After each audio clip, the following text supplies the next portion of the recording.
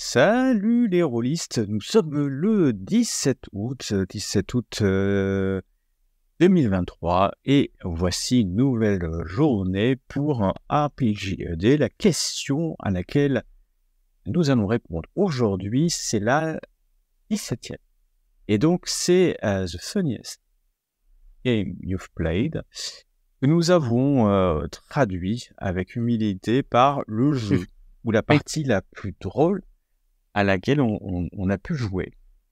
Et pour commencer, aujourd'hui, Aetheria va nous raconter cela. Oui, alors, je sais pas si on peut dire que c'est le jeu le plus drôle auquel j'ai joué, mais c'est un jeu qui m'a procuré beaucoup de plaisir à jouer. On a eu des bonnes tranches de rigolade, même si on n'avait fait que quelques parties. C'est un jeu qui s'appelle Luchadores. Et donc c'est un petit jeu dans lequel en fait on joue des luchadors, donc des catcheurs mexicains avec le masque, etc. Qui sont dans une espèce sur une espèce d'île dans le triangle des Bermudes ou un équivalent, et qui utilisent en fait leurs habilités martiales et donc de catcheurs pour combattre des monstres. Et je trouve ça en même temps très con. Et en même temps, ça fonctionne tellement bien parce que le jeu est facile, la création de perso est assez rapide. Quand on crée notre perso, on lui choisit par exemple les attaques qu'il fait, son ulti, son cri de guerre, enfin ce genre de choses. Et du coup, on a vraiment l'impression de faire une partie de catch, en fait. Tu es en train de me dire que je peux faire Bouyaka, il n'y a pas de problème, et je fais 619. Tu peux totalement faire ça. Putain, cool. Pour quelqu'un comme toi, t'es comme moi, t'adores le catch en plus. J'adore le catch. C'est con, c'est débile, ça peut que me plaire. Ça fait partie des jeux que je prévois un jour. Ça fait partie des jeux que je prévois un jour peut-être de maîtriser sur Time to Roll, mais il faut que j'arrive à trouver en fait le système, parce que je crois que le système c'est du style un peu à la Broken Compass avec des etc. Mais faut que je vois comment l'intégrer, si je le fais sur Miro, si je le fais sur Foundry, etc. Donc il y a sur Foundry Broken Compass.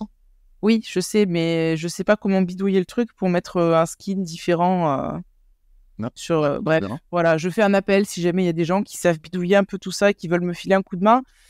Voilà, au secours. Rappelle-moi le nom de ce jeu improbable. Luchadores. Luchadores, qui ne veut rien dire, vous trouverez dans votre bonne boutique de JDR. Et je peux vais passer la parole au plus grand des luchadors de Time to Roll. Monte Cristo. Alors, tout d'abord, je vais commencer. Déjà, je triche. C'est une partie, mais le jeu n'est pas drôle. C'est l'appel de Cthulhu. Et je vais commencer par mes plus grandes excuses à Fon. C'était son surnom qui nous maîtrisait la partie. Et on ne pouvait pas jouer ce jour-là. C'était pas possible. On n'y arrivait pas. Et donc, c'était l'introduction des Montagnes Hallucinées. C'est pas drôle du tout. Et on a fait des personnages, mais alors, pour le coup, il nous avait demandé de faire en sorte que nos personnages se connaissent. Et ça, c'était sa fatale erreur. Du coup, sa copine qui jouait a décidé de jouer ma femme, qui n'en voulait qu'à mon héritage. Moi, il fallait que je trouve un nom, et c'était très dur pour moi ce jour-là, parce qu'on allait juste voir un film comique juste avant de commencer une partie de l'appel de Cthulhu. C'est pas une bonne idée. C'est Waterboy. Voilà. Pas dans l'ambiance. Et on était dans une ambiance particulière. Et moi, j'ai appelé mon personnage, comme il se doit, Rupert Slump. Donc, fatalement, ça commençait mal. On a commencé à partir. Et en fait, toute l'intrigue du tout début, on l'a complètement zappé parce que, du coup, ma femme a cherché à hériter de mon personnage qui était un riche milliardaire. Donc, riche milliardaire, excusez-moi, un milliardaire. Et donc, du coup, c'était des tentatives d'assassinat de ma femme et de sa meilleure amie qui était là pour pouvoir hériter. Et moi, je faisais un peu... C'était une sorte... Les Montagnes Hallucinées se sont transformées en Bip Bip et le Coyote. Et j'étais Bip Bip sans m'en rendre compte. Voilà. Et je m'excuse encore auprès du maître de jeu. Je suis désolé. J'étais jeune. Pardon. Mais nous, qu'est-ce qu'on a passé une soirée, une après-midi, une fin d'après-midi et une soirée, anthologie, je crois que j'ai cru que j'allais mourir de rire. Vous savez, mais vraiment mourir. Quand on n'arrive plus à respirer, qu'on voit un voile Ah noir, ouais. qu'on tombe par terre. Ben, j'ai failli faire ça. Hein. C'est Violent. Mais c'était un très bon souvenir, mais je suis désolé auprès de mon maître de jeu. J'avais à peine 22 ans, désolé. C'était il y a bien longtemps. Ça fait mal, ça. C'est vrai. Ah, C'est vrai. Allez, tiens, Kylian, raconte-nous ton anecdote. J'ai 2 anecdotes parce que moi j'ai le droit aujourd'hui, car nous sommes le jeudi 17 août. Et ben la première, c'est le jeu le plus drôle, à mon avis, c'est Paranoia. Paranoia est le jeu, oui, on joue des hommes, des femmes dans une cité souterraine, ou pas souterraine, en fait, finalement, on n'a jamais su où elle était. Et c'est un monde à la Big Brother. On joue des personnes qui ont des missions. Et en plus, ils ont des missions perso dans un monde où tout le monde se regarde et tout le monde se tire dessus, tout le monde se fait des coups fourrés. À la Big Brother, donc c'est Paranoia. Comme son nom l'indique, il faut être paranoïaque. Et donc on se tire entre nous. On a 7 clones ou 6 clones, 7 je crois. 7. Et donc on peut mourir, revenir, projeté par un tube à côté. Donc c'est extrêmement jouissif parce que en fait, c'est du non-sens en fait. Et moi, c'est mes plus grandes poilades parce que on fait la partie en sachant que on s'en fout complètement de la mission. Le but, c'est d'être le plus à l'ouest possible et de faire n'importe quoi en permanence.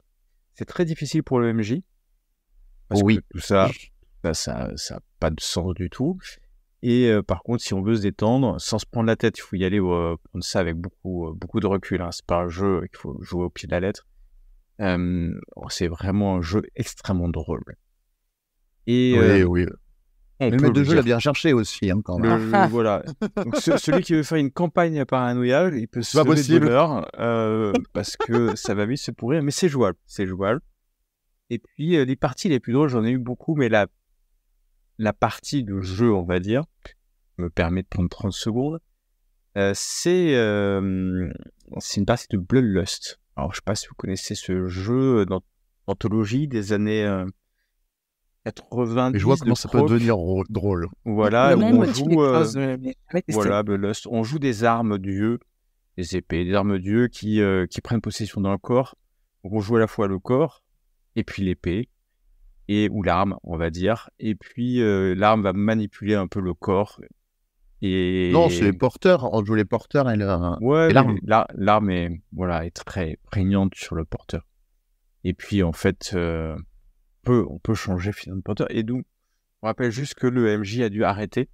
On était dans la chambre d'un pote. Je devais à peu près avoir 19 ans. Donc, nous amène à la fin des années 90. Et il a arrêté parce qu'en fait, je pense qu'on se pissait dessus, littéralement, sans suivre le scénario, avec une histoire de Banabar, un truc comme ça, je me rappelle encore, dans le scénario officiel. Et donc, Olivier, si tu t'en rappelles, tu nous écoutes peut-être pas, mais en tout cas, cœur sur toi pour ce moment d'anthologie où à chaque fois je le rappelle à mes potes, et à chaque fois qu'on se revoit, on se rappelle cette partie d'anthologie, parce que finalement, rire dans le jeu vidéo, c'est un peu important quand même, hein, quel que soit... Oui, C'est un peu un jeu de rôle, un jeu de rôle. Je n'osais pas la faire, mais tu l'as faite. Et ben alors là... je suis content que ce soit pas moi. Je dis bravo. Ouais, je vois que n'empêche, on a tous le même humour, même si on a tous le même humour, mais on n'ose pas. On a cette dignité vis-à-vis de nos viewers, on la garde, la dignité, ouais, c'est ça. Non, on l'a depuis le 11 août, on l'a enlevé. La dignité, elle est plus là. Elle est finie. Bon, en tout cas, nous avions aujourd'hui Lucadores, un jeu de gens qui font je sais pas trop quoi, mais qui sautent dessus, quoi. Les montagnes hallucinées. Je ne l'écoute même pas. Les montagnes hallucinées. Parce que c'est drôle. Et puis Paranoia. Donc 3 jeux, 3 esprits. En tout cas, si vous faites du JDR, c'est pour se marrer avant tout. Donc bon jeu. Et puis on se retrouve demain, vendredi 18 août, de bonne heure et de bonne humeur. À demain. À demain tout le monde.